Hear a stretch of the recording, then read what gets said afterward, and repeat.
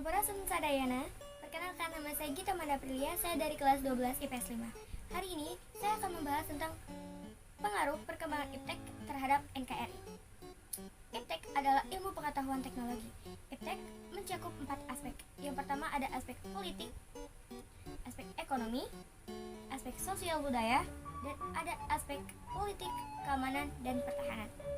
Dari keempat aspek ini, saya akan membahas salah satu aspek saja, yaitu aspek ekonomi. Iptek adalah ilmu pengetahuan teknologi. Kemajuan ilmu pengetahuan dan teknologi pada dasarnya mempengaruhi segala bidang kehidupan. Iptek berkembang seiring dengan waktu. Artinya, teknologi masa kini lebih maju daripada teknologi beberapa dekade lalu. Selain karena perkembangan zaman, kemajuan iptek juga tidak lepas kaitannya dengan globalisasi. Globalisasi adalah proses menyebarnya teknologi dan ilmu pengetahuan dari penjuru daerah ke daerah yang lain di dunia. Kemajuan iptek tentunya memberikan pengaruh bagi kehidupan sebuah bangsa, baik itu pengaruh positif maupun negatif. Berikut ini dipaparkan pengaruh positif dan negatif dari kemajuan iptek dalam aspek ekonomi. Dampak positif dan juga dampak negatif.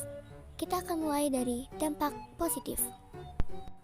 Dampak positif dari kemajuan iptek terhadap NKRI adalah selain mempermudah mencari lowongan pekerjaan, kemajuan iptek juga memberikan kemudahan mencari produk barang dan jasa dengan bantuan internet. Berkembangnya transaksi non-tunai yang mempermudahkan proses jual beli juga dapat mempermudah proses ekspor dan impor yang dapat menambah devisa negara. Terbentuknya kerjasama antar negara juga dapat mengembangkan jenis usaha yang bisa membantu menyeimbangkan kegiatan ekonomi. Dampak negatif. Berkembangnya iptek masih belum sepenuhnya masyarakat mengerti, karena sebagian masyarakat masih terbiasa membuat surat lamaran pekerjaan dengan surat atau tulis tangan.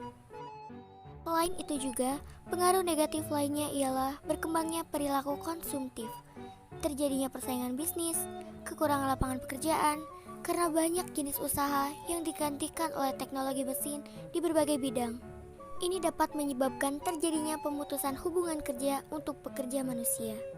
Selain itu juga dapat terjadinya penyalahgunaan sumber daya alam.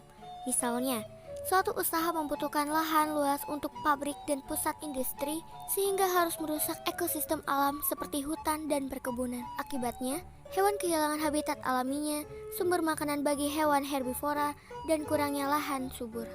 Sikap selektif yang harus kita lakukan adalah kita harus mengikuti perkembangan zaman dan juga perkembangan iptek dan menggunakan smartphone kita dengan sebaik mungkin dan menggunakannya untuk hal yang positif.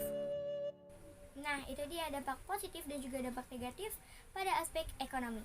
Saya Gita Manda Aprilia, terima kasih. Wassalamualaikum warahmatullahi wabarakatuh.